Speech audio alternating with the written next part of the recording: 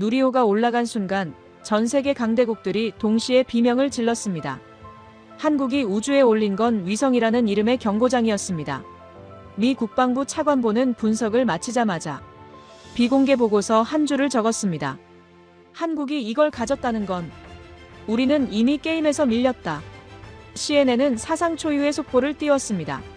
문제는 한국이 숨겨둔 기술입니다. 누리호의 탑재체 안에서 나온 건 과학위성도 실험 장비도 아니었습니다. 그 기술은 지금까지 미국, 중국, 러시아가 서로를 견제하며 절대 한국에게는 주지 않으려 했던 봉인된 무기. 한국은 언제부터 이걸 준비해 온 걸까요? 그리고 왜 지금 세상에 드러낸 걸까요? 그 답을 지금 공개합니다. 1초 만에 누를 수 있는 구독과 좋아요, 대한민국을 응원해주세요. 이야기 시작하겠습니다. 제 일은 간단했어요. 각국의 기술력을 분석하고 미국의 위협이 되는지 판단하는 거였죠. 러시아 극초음속 미사일이 진짜 실전 배치 가능한지, 중국 스텔스 전투기가 우리 레이더에 잡히는지, 북한 핵탄두가 소형화에 성공했는지 전 세계 위협 기술을 제 책상에서 평가했습니다. 대통령 브리핑에 들어가는 보고서를 제가 썼습니다. 그 25년 동안 한국은 단 한 번도 제 레이더에 잡힌 적이 없어요. 왜냐고요? 한국은 위협이 아니니까. 동맹국이잖아요. 우리가 기술 줘서 키워준 나라입니다. 전투기도 우리 거 사가고 미사일 방어 시스템도 우리 거 쓰고 미사일 사거리도 우리가 제한했고 핵기술도 우리가 통제했어요. 한국이 뭘 하든 우리 손바닥 아니라고 생각했죠. 2013년에 한국이 나로호 발사 성공했다고 뉴스가 떴어요. 저는 코웃음 쳤습니다. 러시아 엔진 빌려서 겨우 쏜 거잖아요. 일단 로켓은 통째로 러시아 거였어요. 한국이 만든 건 2단 킥모터뿐이었죠. 그때 제 부하 직원이 물었습니다. 한국 우주 프로그램 분석 보고서 작성할까요? 시간 낭비야. 한국은 혼자서는 아무것도 못해. 그게 제 판단이었습니다. 25년 경력의 CIA 기술 분석 전문가의 공식 판단. 그리고 12년이 지났어요. 올해 11월 27일 새벽. 제 폰에 알림이 울렸습니다. 긴급 브리핑 요청이었어요. 워싱턴 시각으로는 26일 낮이었는데 전직 동료가 연락해온 거예요. 급하게 통화했더니 이러더라고요. 한국 봤어? 누리호 4차 발사 성공했어. 위성 13기 한 번에 올렸대. 13기요? 한 번에요? 급하게 발사 영상을 찾아봤습니다. 47m짜리 발사체가 밤하늘을 가르며 올라가더라고요. 75톤급 엔진 4기가 동시에 점화되는 장면. 200톤이 넘는 금속 덩어리가 불꽃을 뿜으며 솟구치는 장면. 그리고 13분 만에 고도 600km에서 위성 13기를 궤도에 뿌리는 장면. 저는 영상을 멈추고 다시 봤어요. 이게 그 한국이야? 러시아 엔진 빌려 쓰던 그 한국? 근데 진짜 충격은 4일 뒤에 왔습니다. 12월 1일, 아리랑 7호 발사 성공. 해상도 0.3m. 이 숫자 보는 순간 등골이 서늘해졌어요. 0.3m가 뭔지 아세요? 우주에서 지상을 찍었을 때 30cm 물체를 식별할 수 있다는 뜻이에요. 군사 장비 종류까지 구분 가능해요. 사람이 뭘 들고 있는지도 보여요. 이건 정찰 위성 수준이에요. 미국 첩보 위성급이에요. 저는 25년간 정보 분석을 했습니다. 위협을 평가하는 게 제 일이었죠. 근데 한국을 완전히 놓쳤어요. 레이더에 안 잡힌 게 아니라 제가 레이더를 안 켠 거예요. 볼 가치가 없다고 판단했으니까. 그게 제 커리어 최대의 실수였습니다. 4일 만에 2번. 발사체와 위성을 동시에 증명한 나라. 한국이 대체 그동안 뭘 한 거죠? 저는 그 답을 찾기 시작했습니다. 그리고 파고들수록 소름이 돋았어요. 우리가 완전히 속았더라고요. CIA에서 일할 때 저희가 쓰는 표현이 있었어요. 레이더에 잡힌다. 이건 주목할 가치가 있다는 뜻이에요. 기술 개발 동향이 감지되면 분석관을 배치하고 정기적으로 보고서를 올리고 변화가 생기면 즉시 보고해요. 미국 안보에 영향을 줄 수 있는 기술이면 당연히 레이더에 잡혀야 하거든요. 중국이 새 전투기 개발한다? 레이더에 잡혀요. 러시아가 극초음속 미사일 시험한다? 당연히 잡혀요. 이란이 원심불리기 돌린다? 바로 잡혀요. 반대로 레이더에 안 잡힌다는 건 신경 쓸 필요 없다는 거예요. 한국 우주 프로그램은 25년 동안 한 번도 제 레이더에 잡힌 적이 없어요. 단 한 번도요. 왜 그랬을까요? 지금 생각하면 어이없는 이유들이에요. 첫째, 한국은 동맹국이니까요. CIA에서 기술 분석할 때 우선순위가 있어요. 1순위는 당연히 적대국이에요. 러시아, 중국, 북한, 이란. 이 나라들 기술은 눈에 불 켜고 추적해요. 신기술 개발한다는 소문만 돌아도 분석관 투입하고 위성으로 시설 감시하고 정보원 통해서 확인해요. 동맹국은 그렇게 안 해요. 어차피 우리 편이잖아요. 한국이 뭘 개발하든 미국 위협이 안 되니까요. 오히려 동맹 전력이 강화되는 거니까 좋은 일이라고 생각했죠. 둘째, 한국은 미국 기술에 의존한다고 생각했으니까요. 한국 무기 체계를 보세요. 전투기는 어떤 기종 타나요? F-35사 같고 F-16도 쓰고 있고요. 미사일 방어 시스템 뭐 써요? 사드 배치했어요. 이지스함도 우리 시스템 기반이고 조기 경보기도 우리 거예요.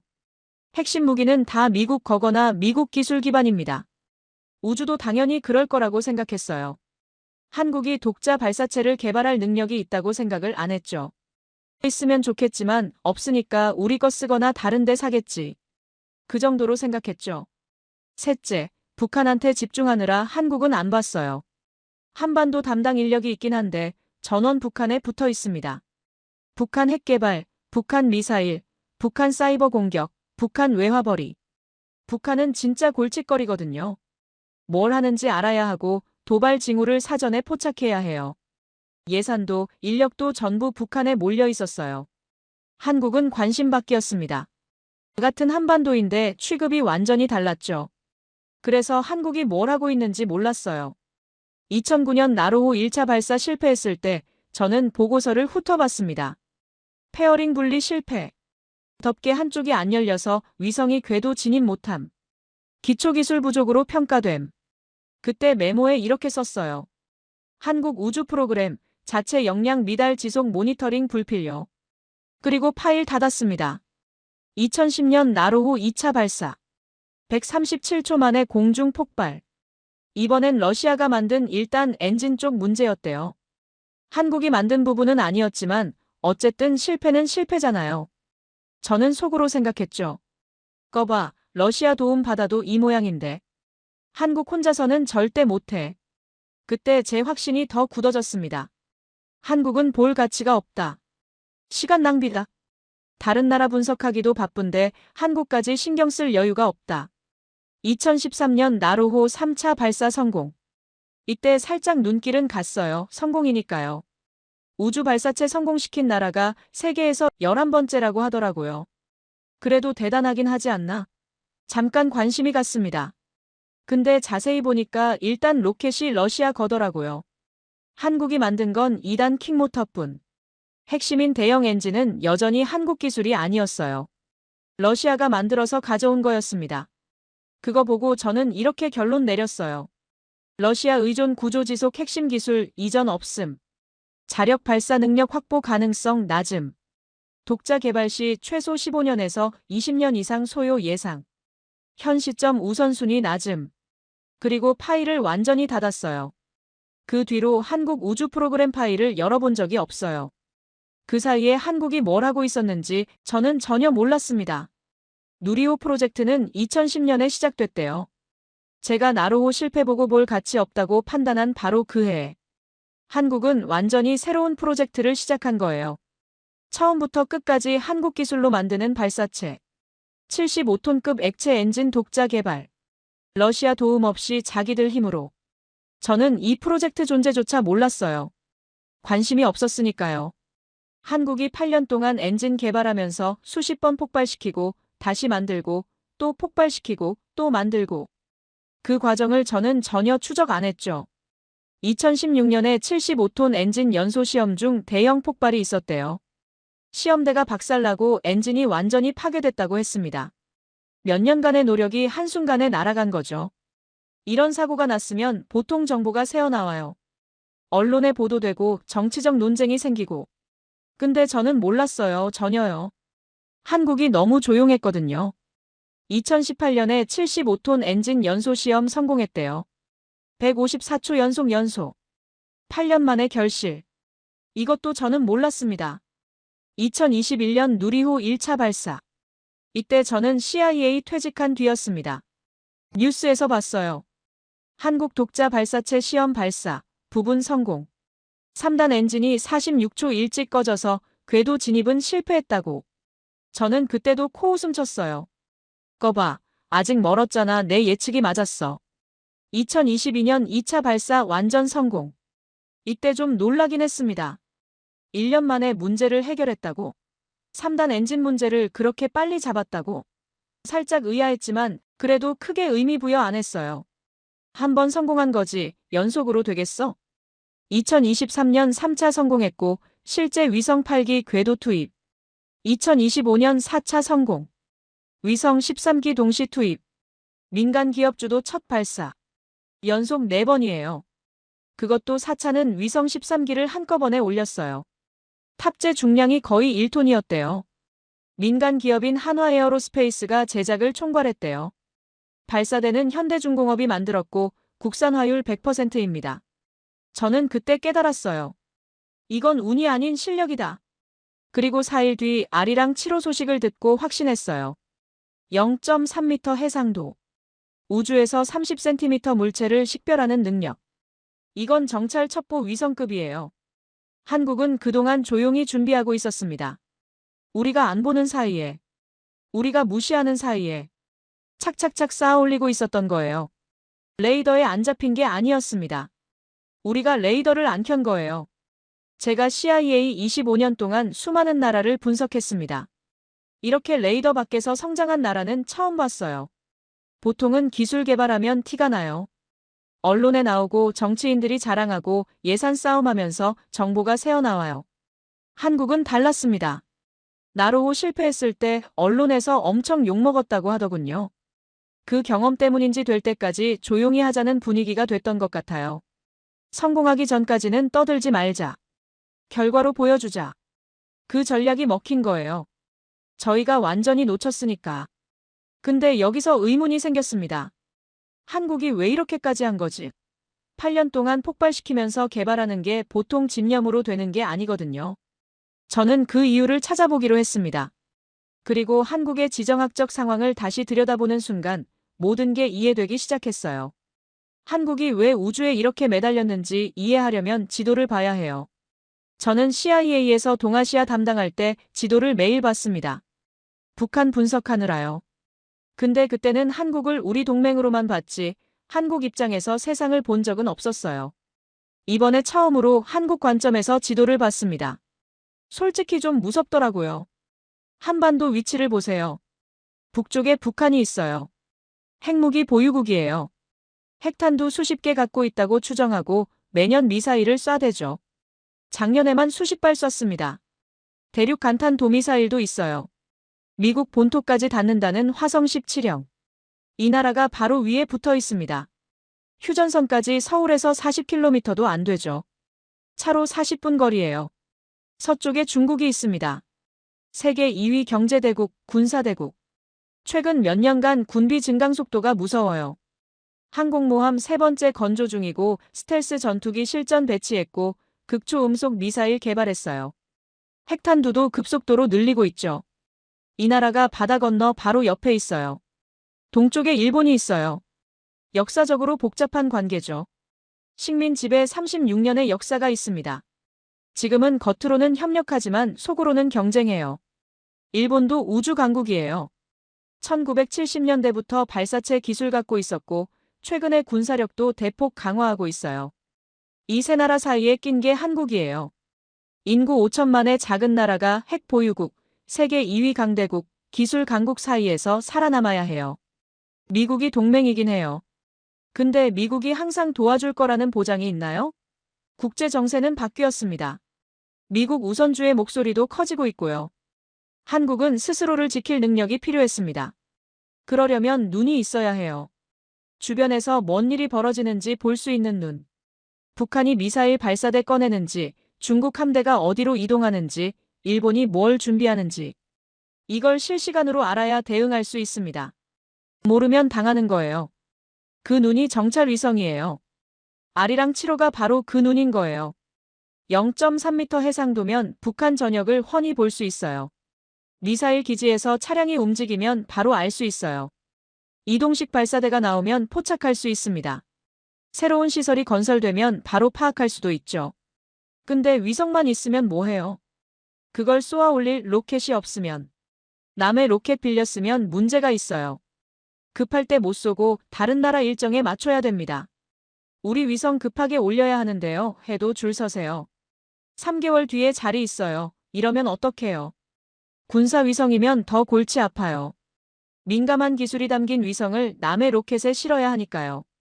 발사 전에 위성을 인도해야 하고 그 과정에서 기술이 노출될 수 있습니다. 어떤 카메라가 달렸는지, 해상도가 얼마인지 이런 정보가 새어나갈 위험이 있어요. 한국한테 우주는 자존심 문제가 아닙니다. 안보 문제이면서 생존 문제입니다. 그래서 한국은 이를 악물고 발사체를 개발한 거예요. 러시아한테 눈치 보면서 배우던 시절의 서러움도 있었겠죠. 기술 안 가르쳐주면서 돈만 받아가던 기억. 회의실에서 쫓겨나던 기억. 페어링 하나 못 돼서 온 국민한테 욕먹던 기억도 있었을 거고요. 러시아 엔진이 터졌는데 한국이 책임지던 억울함도 있었을 거예요. 그 서러움이 연료가 됐죠. 2010년에 한국형 발사체 개발 사업이 시작됐어요. 목표는 75톤급 액체 엔진 독자 개발. 이 정도 엔진이 있어야 1톤 이상 위성을 저궤도에 올릴 수 있거든요. 문제는 한국이 그때까지 만들어본 가장 큰 엔진이 30톤급이었다는 거예요. 그것도 지상 시험용으로 30톤에서 75톤으로 2배 이상 키워야 했습니다. 이게 그냥 크기만 키우는 게 아니에요. 완전히 새로 만드는 거예요. 연소실 압력이 달라지고 온도가 달라지고 진동 특성이 달라져요. 30톤급에서 썼던 부품이 75톤급에서는 못 버텨요. 모든 부품을 새로 설계해야 했습니다. 로켓 엔진 연소실 온도가 섭씨 3000도가 넘고 철이 녹는 온도가 1500도예요. 그 2배 온도에서 엔진이 버텨내야 합니다. 터보펌프는 초당 수백 리터 연료를 뿜어내고 압력이 수백 기압이에요. 자동차 타이어 공기압이 2, 3기압인데 그거 100배가 넘는 압력이 엔진 안에서 돌아가요. 하나라도 어긋나면 폭발합니다. 수천억 원이 한순간에 불꽃으로 바뀌죠. 2016년에 큰 사고가 있었대요. 75톤 엔진 연소 시험 중에 폭발이 일어났습니다. 시험대가 박살나고 엔진이 완전히 파괴됐고 불기둥이 수십 미터 치솟았죠. 다행히 인명피해는 없었지만 몇 년간의 노력이 순식간에 날아간 거죠. 보통 나라는 여기서 포기해요. 브라질도 그랬고 인도네시아는 지지부진했습니다. 국가 프로젝트가 이 정도로 실패하면 여론이 나빠지고 예산이 삭감되고 접히는 경우가 많아요. 하지만 한국은 멈추지 않았습니다. 폭발한 다음 날 출근해서 원인 분석했고 그 결과 터보펌프 베어링 쪽 윤활 시스템 문제였대요. 고속회전 중에 윤활유 공급이 끊겨서 과열됐고 그게 연쇄적으로 폭발로 이어진 거였습니다. 설계 수정하고 재료 바꾸고 다시 만들었습니다. 그리고 또 시험하고 또 문제 생기고 또 고치고 이 과정을 8년 동안 반복했어요. 그 사이에 대통령이 3번 바뀌었죠. 정권이 바뀌면 국가 프로젝트가 흔들리는 경우가 많아요. 새 정부가 들어오면 전 정부 사업을 축소하거나 방향 바꾸거나. 근데 한국은 우주만큼은 터치하지 않았습니다. 보수든 진보든 우주는 해야 한다는 건 같았죠. 이게 한국의 무서운 점이에요. 한번 방향 정하면 끝까지 가요. 2018년에 드디어 75톤 엔진 연소 시험 성공했습니다. 154초 연속. 목표 추력 달성. 8년 만에 성공이에요. 수십 번 폭발하고 수천억 날리고 그래도 포기 안 하고 결국 해낸 거예요.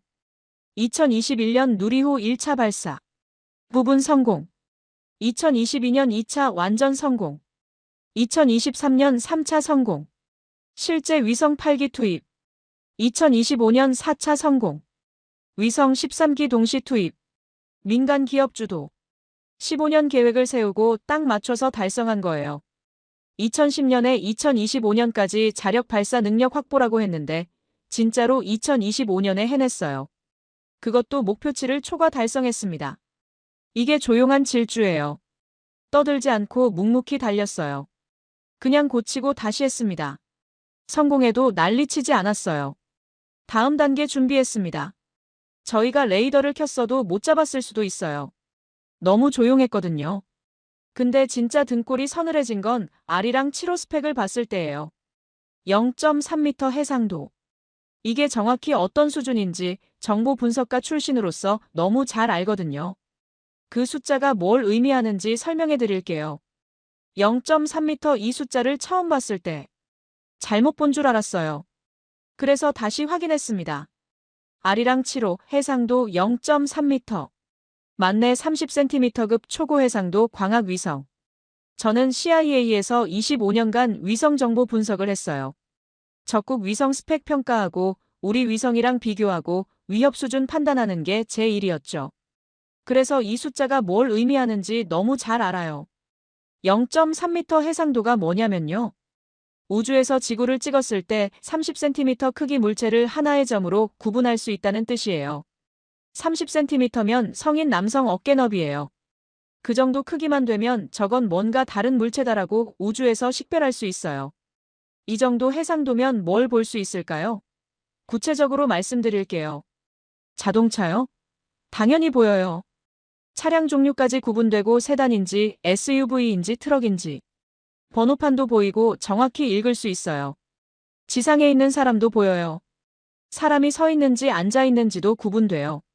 뭔가를 들고 있으면 그것도 보여요. 가방인지 우산인지 정도는 알 수 있죠. 군사 장비라면 더 정밀해요. 탱크가 있다고 치면 어떤 종류의 탱크인지 알 수 있습니다. 포탑 형태, 차체 길이, 궤도 폭 이런 게 다 보이거든요. 항구의 정박한 배도 마찬가지예요. 군함인지 화물선인지, 군함이라면 구축함인지 순양함인지까지. 비행장에 있는 전투기도 보여요. 경납고 문이 열려 있으면 안에 뭐가 있는지도 보여요. 이건 그냥 위성이 아닙니다. 이건 하늘에 떠 있는 정찰기예요. 미국의 대표적인 상업용 고해상도 위성회사가 맥사 테크놀로지스예요. 월드뷰 시리즈 위성을 운영하는 곳이죠. 이 회사 최신 위성 해상도가 0.3m에서 0.5m 수준이에요. 한국 아리랑 7호가 미국 최고 수준 상업 위성이랑 동급이라는 뜻이에요. 0.3m급 위성을 가진 나라가 몇 개나 될까요? 미국, 러시아, 중국, 이스라엘, 프랑스. 여기에 이제 한국이 추가된 거예요. 일본도 있긴 한데 일본 최신 정찰 위성이 0.5m급이에요. 한국 아리랑 7호가 일본보다 해상도가 좋아요. 한국이 일본을 앞선 거예요. 일본은 1970년대부터 우주 개발을 했어요. 한국보다 20년 이상 먼저 시작했죠. 위성 기술도 당연히 앞서 있었어요. 근데 지금 해상도만 놓고 보면 한국이 더 좋은 위성을 가지게 된 거예요. 이게 얼마나 어려운 기술인지 설명해 드릴게요. 0.3m 해상도를 얻으려면 위성이 엄청나게 안정적으로 자세를 유지해야 됩니다.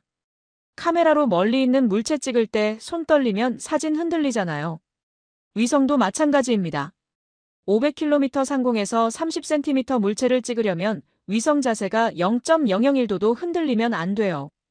그걸 초속 7km로 날아가면서 해야 돼요.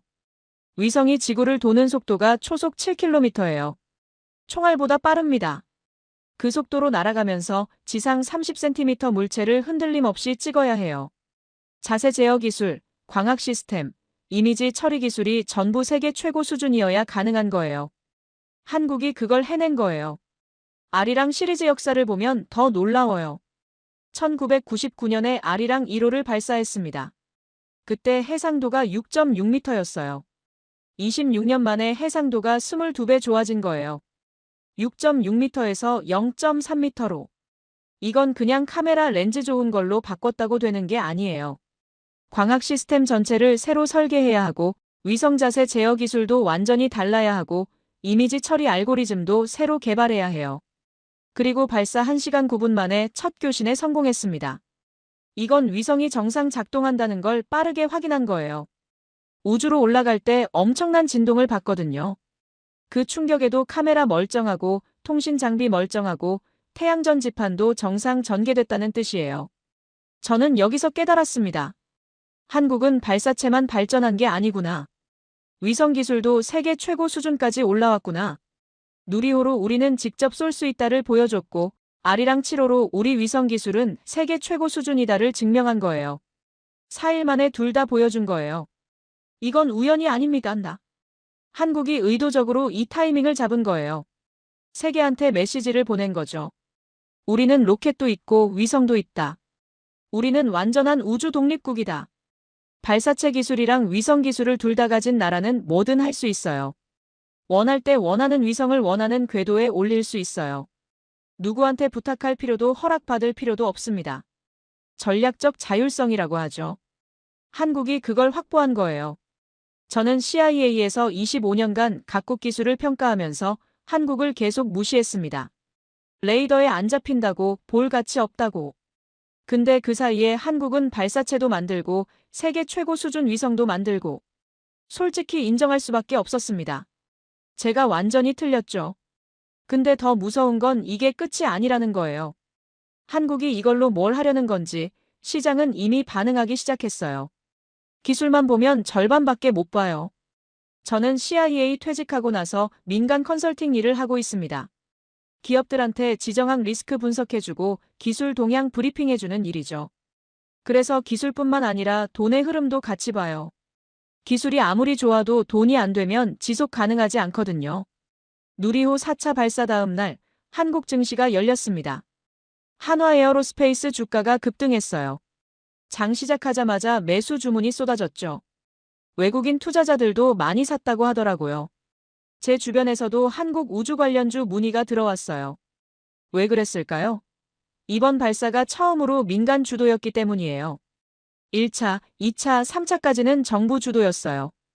한국항공우주연구원이 발사체를 만들고 정부 예산으로 발사했어요. 그건 국가 프로젝트지 사업이 아니에요. 정부 예산에 매출이 달려 있으니까 성장성이 제한적이죠. 4차 발사는 달랐어요. 한화에어로스페이스가 발사체 제작과 조립을 총괄했어요.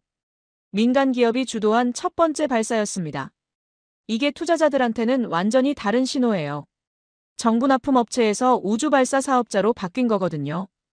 발사대 시스템은 현대중공업이 만들었어요. 국산화율 100%입니다. 이것도 수출할 수 있습니다. 발사체를 갖고 싶지만 기술이 없는 나라한테 발사대 시스템을 팔 수 있다는 거죠. 설계해주고 만들어주고 운영 방법 가르쳐주고. 투자자들은 이걸 본 거예요. 한국이 우주발사 시장에 진입했다. 한화가 그 사업을 한다. 현대중공업이 인프라를 만든다. 그럼 해외 수주가 들어오고 매출이 생기고 그럼 주가도 당연히 오르겠지. 그리고 진짜로 그런 일이 벌어지기 시작했어요. 제가 들은 바로는 누리호 4차 발사 이후에 해외에서 발사 서비스 문의가 들어오기 시작했대요. 아직 공식 계약은 아니지만 관심을 보이는 나라들이 있다는 거죠. 어떤 나라들일까요? 자기네는 발사체가 없어서 남의 로켓 빌려 쏴야 하는 나라들이에요. 동남아, 중동, 아프리카, 남미 이런데요. 스페이스X한테 맡기면 되지 않냐고요? 스페이스X는 비싸요. 그리고 바빠요. 작은 고객한테 신경 쓸 여유가 별로 없습니다. 누리호는 틈새 시장을 노릴 수 있죠. 스페이스X보다 저렴하게, 그러면서도 신뢰성 있는 발사 서비스. 중소형 위성 시장을 타깃으로 하면 충분히 경쟁력이 있어요. 요즘 위성이 점점 작아지는 추세거든요. 옛날에는 위성 하나가 수톤씩 나갔는데 요즘은 100kg, 50kg짜리도 많아요. 누리호 4차 발사에서 위성 13기를 한 번에 올린 거 있잖아요. 그게 바로 이 시장을 겨냥한 거예요. 소형 위성 여러 개 모아서 한 번에 올리는 라이드쉐어 서비스. 위성 수출 시장도 있습니다. 아리랑 7호 기술력이 입증되면서 한국 위성 수출 가능성도 높아졌어요. 고해상도 위성 원하는데 직접 만들 기술 없는 나라들이 있거든요. 한국이 위성을 만들어서 팔 수 있습니다. 위성 본체도 팔고 지상 관제 시스템도 팔고 운영 기술도 같이 넘기고 한국이 우주산업 종합수출국이 될 수 있다는 거예요. 위성 설계해주고 만들어주고 쏴주고 운영해주고 원스톱 서비스. 이게 되면 엄청난 사업이에요. 아직 이 시장을 장악한 나라가 없어요. 미국은 기술 이전을 잘 안 해요. 군사기술이랑 겹쳐서 민감하거든요. 중국은 정치적으로 꺼리는 나라들이 많고요. 한국은 그 틈새를 노릴 수 있어요. 그리고 세계 언론도 반응하기 시작했습니다. BBC가 뭐라고 보도했는지 아세요? 한국이 아시아 우주 경쟁에서 중국과 일본을 추월하고 있다. 뉴욕포스트, ABC 뉴스. 다 비슷한 논조였어요. 한국 우주산업을 주목하기 시작한 거예요. 터키 언론도 반응이 컸습니다. 예니사파크라는 터키 매체가 한국의 연속 성공이 글로벌 위성 시장을 재편할 것이라고 보도했대요. 터키가 왜 관심을 가질까요? 터키도 우주산업 키우고 싶은 나라예요. 한국을 벤치마킹 하려는 거죠. 한국 정부도 움직였어요. 이재명 대통령이 공식 발표를 했어요. 누리호 4차 발사와 아리랑 7호 발사 성공으로 세계 5대 우주강국 진입 기반이 마련됐다. 그러면서 우주청 예산 확대와 민간 투자 유치를 지시했대요. 5대 우주강국이요. 지금 우주강국이라고 불리는 나라가 미국, 러시아, 중국, 유럽연합, 일본 정도예요. 한국이 여기에 끼어들겠다는 거였어요. 허황된 목표일까요? 저는 이제 그렇게 생각 안 합니다. 2013년에 한국이 자력 발사하려면 15년은 걸린다고 했어요. 9년 만에 해냈어요.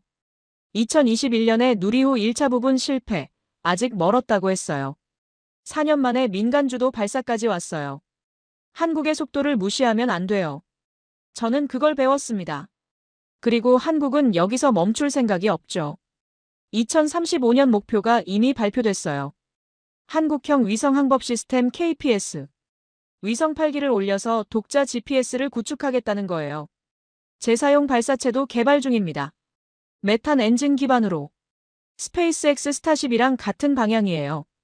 한국이 왜 이렇게까지 하는 걸까요? 저는 그 이유를 이제 알 것 같아요. 한국은 선택이 없었습니다. 주변 강대국들 사이에서 살아남으려면 스스로를 지킬 능력이 있어야 해요. 우주는 그 능력의 핵심이에요. 눈이 있어야 하고 그 눈을 직접 올릴 수 있어야 해요. 그래서 포기를 안 하는 거예요. 8년 동안 엔진 폭발시키면서도 정권이 3번 바뀌어도 예산 삭감 위기가 와도 끝까지 가는 거예요. 저는 25년간 수많은 나라를 봤는데 이런 집념은 처음 봐요. 근데 제가 진짜 주목하는 건 따로 있어요. 한국이 이걸 어떻게 해냈는지 기술력만으로는 설명이 안 돼요. 돈만으로도 안 되고요. 뭔가 다른 게 있습니다. 한국이라는 나라가 가진 특별한 뭔가. 수십 개 나라의 기술 개발 프로젝트를 봤어요. 성공한 나라도 있고 실패한 나라도 있고 중간에 포기한 나라도 있습니다. 그래서 어떤 나라가 기술 개발에 성공하고 어떤 나라가 실패하는지 어느 정도 패턴이 보여요. 돈이 많다고 되는 게 아니에요. 사우디, 아랍에미리트 이런 나라들 돈 엄청 많잖아요. 우주에도 투자 많이 하죠. 근데 자력 발사 능력은 없어요. 돈으로 기술을 살 수 있는 게 아니거든요. 기술자를 살 수는 있어도 기술 그 자체는 못 사요. 기술은 실패하고 배우고 다시 하는 과정에서 쌓이는 거예요.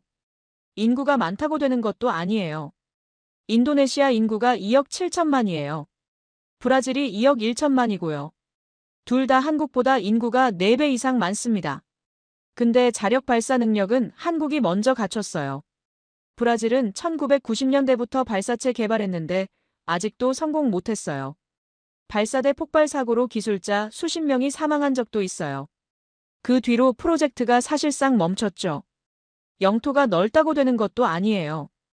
호주가 한반도의 35배 크기입니다. 발사장 지을 땅이 남아돌지만 자력 발사 능력이 전혀 없습니다. 그럼 뭐가 필요한 걸까요? 저는 한국을 보면서 그 답을 찾은 것 같아요. 3가지가 있어야 됩니다. 첫 번째, 절박함. 한국이 왜 우주에 이렇게 매달리는지 처음엔 이해가 안 됐어요. 미국이야 냉전 시대의 소련이랑 경쟁하느라 우주에 목숨 걸었죠. 지는 쪽이 세계 패권을 잃는 거니까. 중국도 마찬가지예요. 미국 따라잡아야 한다는 국가적 목표가 있으니까. 한국은 왜요? 한국이 우주 안 한다고 나라가 망해요? 근데 한국 지정학을 다시 들여다보니까 이해가 됐습니다. 한국한테 우주는 선택이 아니라 생존이에요. 북쪽에 핵무장한 북한이 있습니다. 서쪽에 세계 2위 군사대국 중국이 있어요. 동쪽에 역사적으로 복잡한 일본이 있죠. 이 세 나라 사이에 끼어서 살아남으려면 스스로를 지킬 능력이 필요해요. 그 핵심이 정찰 능력이에요. 눈이 있어야 해요. 아리랑 7호가 그 눈이고 누리호는 그 눈을 스스로 올릴 수 있는 능력이에요. 한국한테 우주는 자존심 문제가 아니에요. 안보 문제고 생존 문제입니다. 그래서 포기를 안 하는 거예요. 8년 동안 엔진 폭발시키면서도 안 멈춘 거예요. 절박하니까. 두 번째, 집념. 절박함만 있으면 되냐? 아니에요. 절박한 나라는 많지만 다 성공하지 않습니다. 절박함을 결과로 바꾸려면 끝까지 가는 힘이 있어야 해요. 한국 사람들한테는 그게 있는 것 같아요. 제가 한국 우주 프로그램만 본 게 아니에요. 한국 산업 전체를 봤습니다. 반도체, 조선, 자동차, 배터리, 디스플레이. 패턴이 똑같아요. 처음엔 아무것도 없어요. 기술도 없고 경험도 없어요. 선진국들한테 기술 이전 요청하면 거절당해요. 안 가르쳐줘요. 그럼 어떻게 해요? 직접 삽질하고 실패하고 욕까지 먹습니다. 근데 멈추지 않고 계속합니다. 그러다 어느 순간 따라잡아요. 따라잡으면 거기서 멈추냐? 아니에요. 추월해요. 1등 할 때까지 안 멈춰요. 반도체가 그랬어요. 1980년대에 삼성이 반도체 한다고 했을 때 다들 비웃었습니다. 일본이 메모리 반도체 시장 장악하고 있었거든요. 한국이 뭔데 반도체를 해? 근데 삼성이 해냈어요. 지금 메모리 반도체 세계 1위가 삼성이에요. 2위가 SK하이닉스예요. 둘 다 한국 기업이에요. 조선도 그랬어요. 1970년대에 현대가 조선소 짓는다고 했을 때 배 한 척 안 만들어 본 나라가 뭔 조선소냐고 했습니다. 근데 지금 세계 조선업 1위가 한국이에요. 전 세계 선박 수주량의 절반 이상을 한국이 가져가요. 자동차도 배터리도 디스플레이도 다 마찬가지예요. 없는 데서 시작해서 세계 1위 하는 나라. 그게 한국이에요. 우주도 똑같은 패턴을 밟고 있는 거예요. 세 번째, 시스템. 절박함이랑 집념만 있으면 개인은 성공할 수 있어요. 근데 우주는 개인이 하는 게 아니에요. 수천 명의 기술자가 수백 개의 기업이 수십 년간 협력해야 해요. 이걸 조율하는 시스템이 있어야 됩니다. 한국은 그 시스템을 만들어냈어요. 정부가 장기 계획을 세웠습니다. 2010년에 2025년까지 자력 발사 능력 확보라는 목표를 정했어요. 15년 계획이었죠. 그리고 그 계획을 일관되게 추진했어요. 중간에 대통령이 3번 바뀌었어요. 정권이 바뀔 때마다 우주 정책이 흔들릴 수도 있었어요. 근데 안 흔들렸어요. 민간 기업들이 참여했습니다. 한화에어로스페이스가 발사체 만들고 현대중공업이 발사대 만들고 대학들도 참여했죠. 카이스트, 서울대, 세종대, 인하대가 큐브 위성 만들었어요. 정부가 방향을 잡고 연구소가 핵심 기술을 개발하고 민간 기업이 사업화하고 대학이 인력을 키우고 이 4개의 톱니바퀴가 맞물려 돌아가고 있어요. 절박함, 집념, 시스템. 이 3가지가 한국에 있습니다. 그래서 한국이 여기까지 온 거예요. 저는 30년 동안 기술 분석을 하면서 많은 나라를 평가했어요. 어떤 나라는 과대평가했고 어떤 나라는 과소평가했어요. 한국은 제가 가장 크게 과소평가한 나라예요. 근데 이런 분석만으로는 뭔가 부족해요. 숫자랑 시스템으로는 설명이 안 되는 게 있어요. 8년 동안 엔진 폭발시키면서도 포기 안 한 사람들. 그 사람들 얘기를 안 하면 한국 우주 개발을 제대로 이해했다고 할 수 없어요. 저는 그 사람들 이야기를 찾아봤어요. 2016년 여름, 나로우주센터. 75톤 엔진 연소 시험이 한창이었어요. 이날이 몇 번째 시험이었는지 정확히는 모르겠습니다. 실제 근데 연구원들은 이번엔 될 거라고 생각했대요.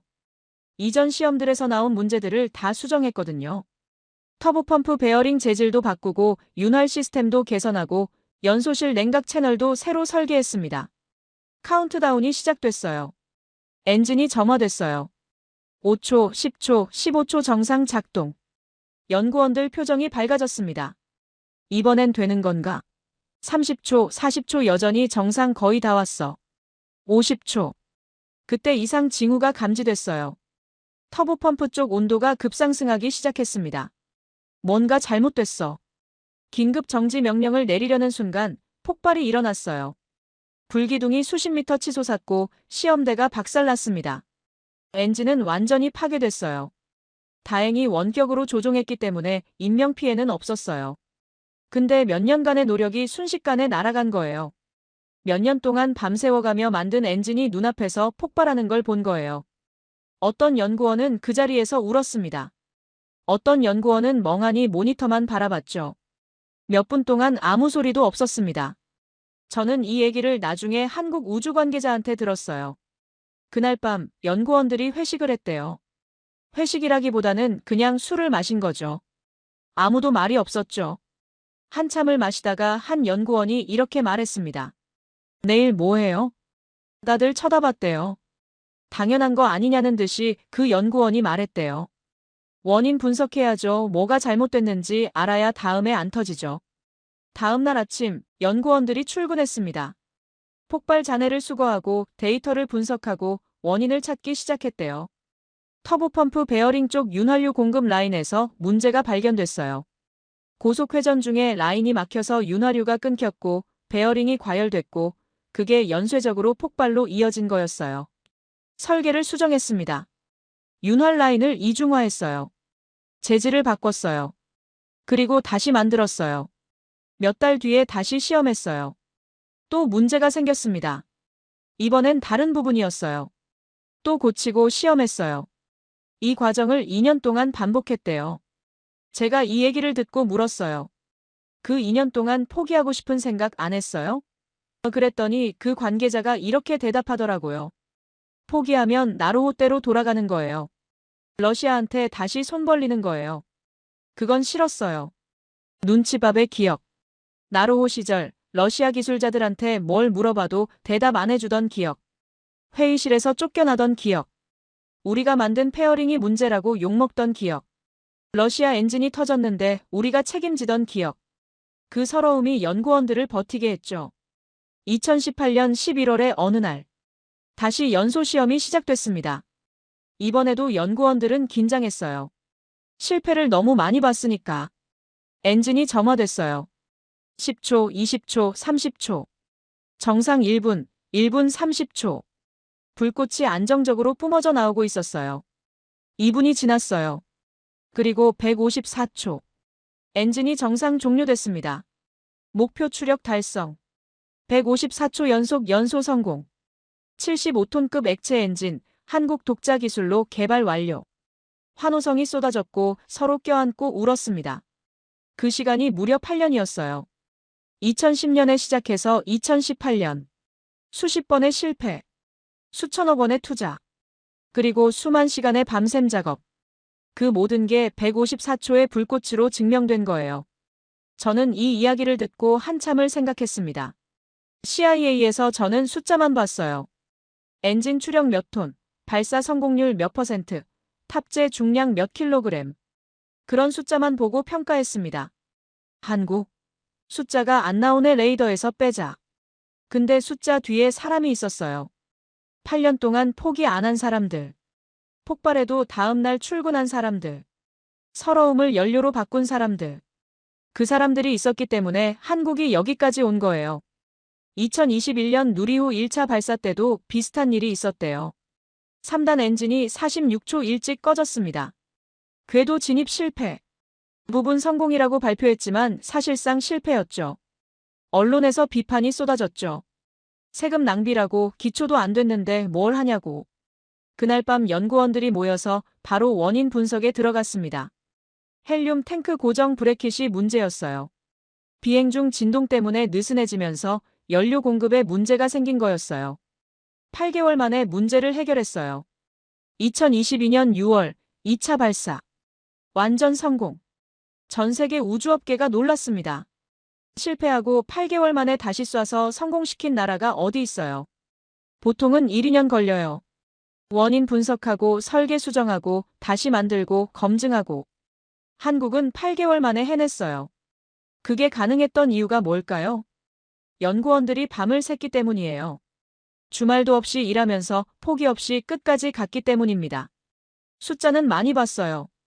근데 숫자 뒤에 있는 사람은 잘 안 봤습니다. 한국을 분석하면서 처음으로 사람을 봤어요. 그리고 깨달았어요. 기술은 사람이 만드는 거예요. 아무리 돈이 많아도 아무리 계획이 좋아도 끝까지 가는 사람이 없으면 안 돼요. 한국에는 그 사람들이 있었습니다. 8년 동안 엔진 폭발시키면서도 다음날 출근하는 사람들. 실패해도 내일 뭐 해요? 원인 분석해야죠 라고 말하는 사람들. 그 사람들이 한국 우주산업을 만든 거예요. 저는 이제 한국을 다르게 보게 되었습니다. 숫자만 보지 않아요. 숫자 뒤에 있는 사람을 봐요. 그리고 그 사람들이 있는 한 한국은 계속 갈 거라고 생각해요. 근데 이건 한국 내부 이야기예요. 세계는 이걸 어떻게 보고 있을까요?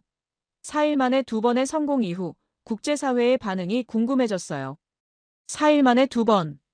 이 말이 국제우주업계에서 화제가 됐어요. 11월 27일 누리호 4차 발사 성공. 12월 1일 아리랑 7호 발사 성공. 발사체와 위성을 동시에 증명한 나라. 그것도 민간 주도로 세계가 주목하기 시작했습니다. 가장 먼저 반응한 건 영국이었어요. BBC가 기사를 냈습니다. 제목이 뭐였는지 아세요? 한국이 아시아 우주 경쟁에서 중국과 일본을 추월하고 있다. 저는 이 헤드라인 보고 좀 놀랐어요. BBC가 이렇게까지 쓰나? 한국을 중국, 일본과 같은 급으로 놓고 비교하다니. 기사 내용을 자세히 봤습니다. 한국이 독자 발사체로 위성 13기를 한 번에 올렸다는 것. 그게 민간 기업 주도였다는 것. 4일 뒤에 0.3m급 초고 해상도 위성까지 성공시켰다는 것. 이걸 묶어서 한국의 뉴스페이스 시대가 열렸다고 평가하더라고요. 뉴스페이스가 뭐냐면요. 옛날 우주산업은 정부가 다 했습니다. 나사가 로켓 만들고 나사가 쏘고 나사가 운영하고 민간은 끼어들 여지가 없었어요. 근데 스페이스X가 나오면서 바뀌었어요. 민간 기업이 발사체를 만들고 민간이 위성을 쏘고 민간이 돈을 버는 구조. 이게 뉴스페이스예요.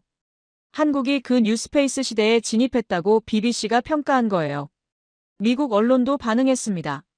뉴욕포스트, ABC 뉴스, 스페이스닷컴 같은 매체들이 기사를 냈어요.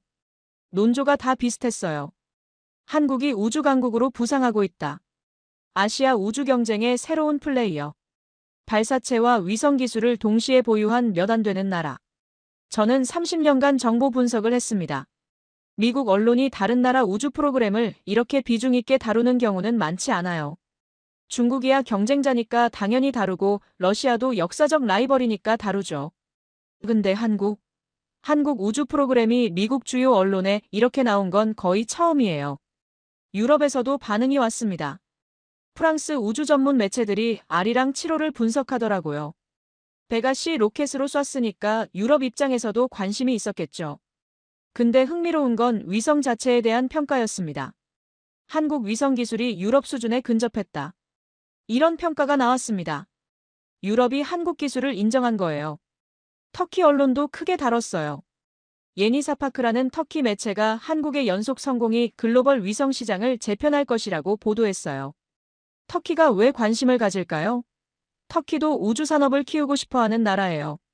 자체 위성은 몇 개 있는데 발사체가 없어서 남의 로켓 빌려 쓰고 있거든요. 한국을 벤치마킹 하려는 거예요. 중동, 동남아, 남미 이런 지역에서도 관심이 높습니다.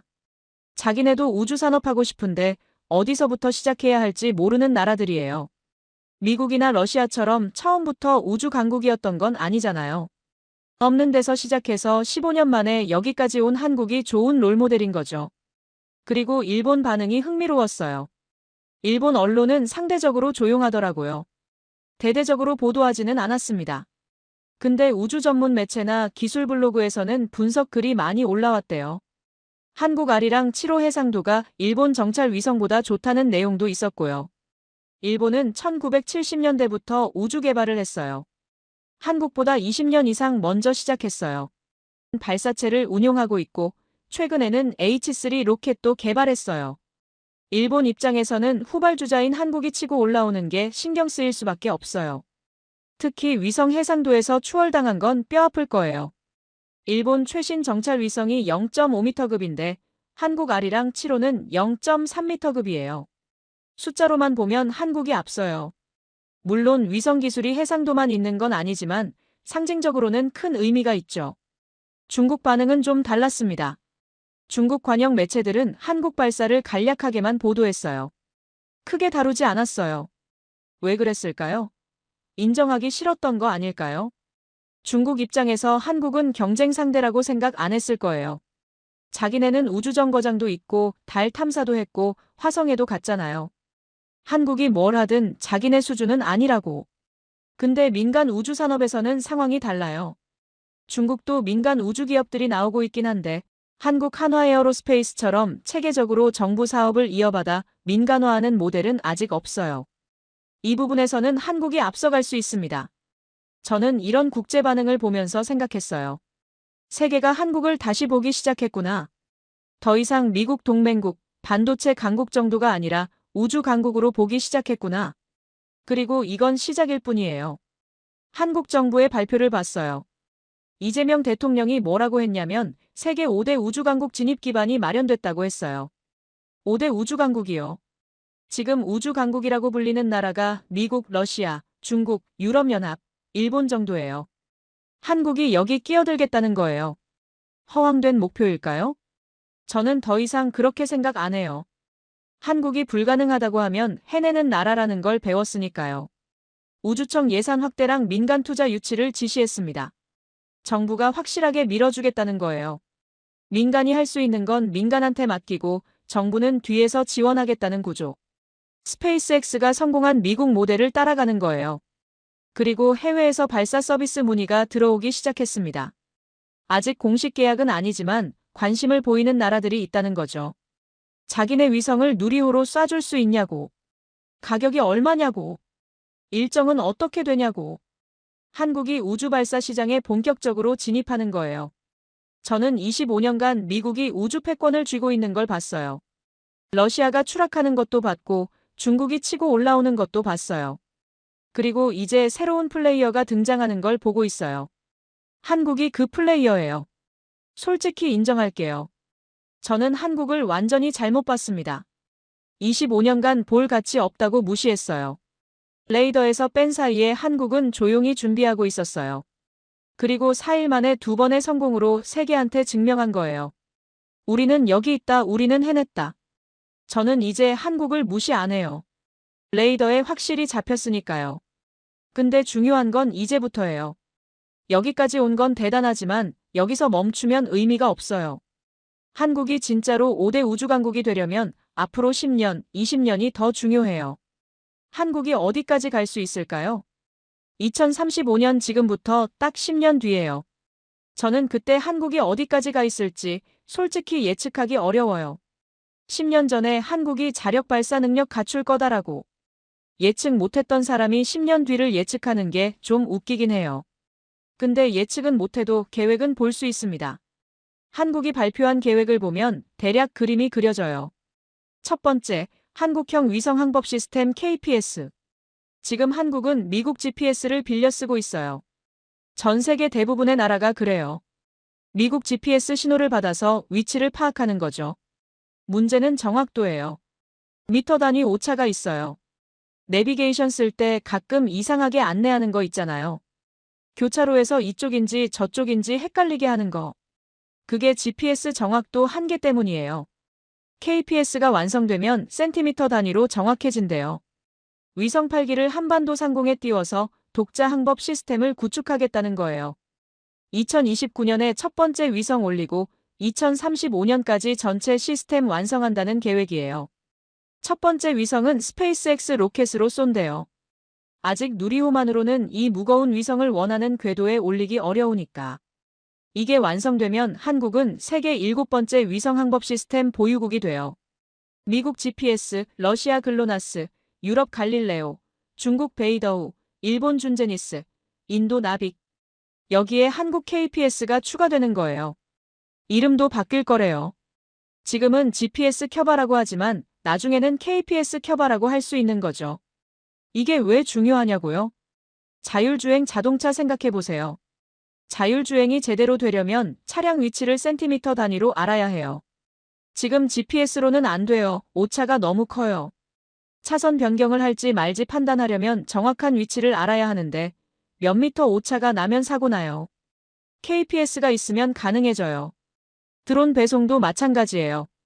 드론이 정확한 위치에 택배를 내려놓으려면 센티미터 단위 정확도가 필요해요. 농업용 드론, 측량용 드론, 재난 구조 드론 전부 정밀 위치 정보가 필수예요. 정밀 농업이라고 해서 센티미터 단위로 씨 뿌리고 비료 주는 기술도 있어요. KPS는 그냥 GPS 하나 더 만드는 게 아니에요. 한국 산업 전체의 정밀도를 한 단계 올리는 인프라예요. 자율주행, 드론, 스마트 물류, 정밀 농업, 재난 대응. 이 모든 분야가 KPS 덕을 보게 돼요. 두 번째, 재사용 발사체. 누리호는 일회용이에요. 한 번 쏘면 바다에 떨어져서 끝이에요. 일단 로켓이 분리되면 바다에 추락해요. 수백억 원짜리 발사체를 한 번 쓰고 버리는 거죠. 그래서 발사 비용이 비싸요. 스페이스X가 왜 혁명적이냐면 로켓을 다시 가져와서 재사용하거든요. 팰컨 9 로켓 1단이 발사 후에 다시 내려와서 착륙해요. 그걸 점검하고 다시 쏴요. 한 로켓을 수십 번 재사용해요. 발사 비용이 확 낮아지는 거죠. 한국도 재사용 발사체를 개발하겠대요. 차세대 발사체 사업이라고 해서 메탄 엔진 기반 재사용 로켓을 만들고 있어요. 메탄 엔진이 뭐가 좋으냐면 재사용에 적합해요. 기존의 누리호가 쓰는 케로신 엔진은 연소하면 그을음이 많이 생겨요. 재사용하려면 세척하고 정비하는데 시간이랑 돈이 많이 들어요. 메탄은 깔끔하게 타요. 그을음이 적어요. 재사용이 훨씬 쉬워요. 스페이스X 스타쉽도 메탄 엔진이에요.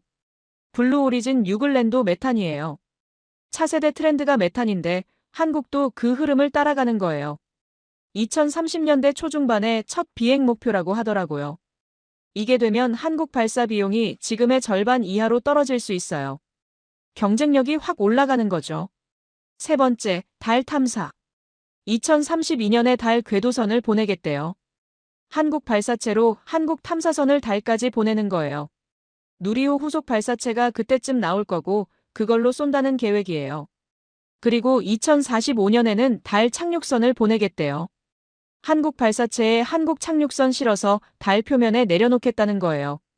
달 착륙은 지금까지 미국, 러시아, 중국, 인도 4나라만 성공했어요.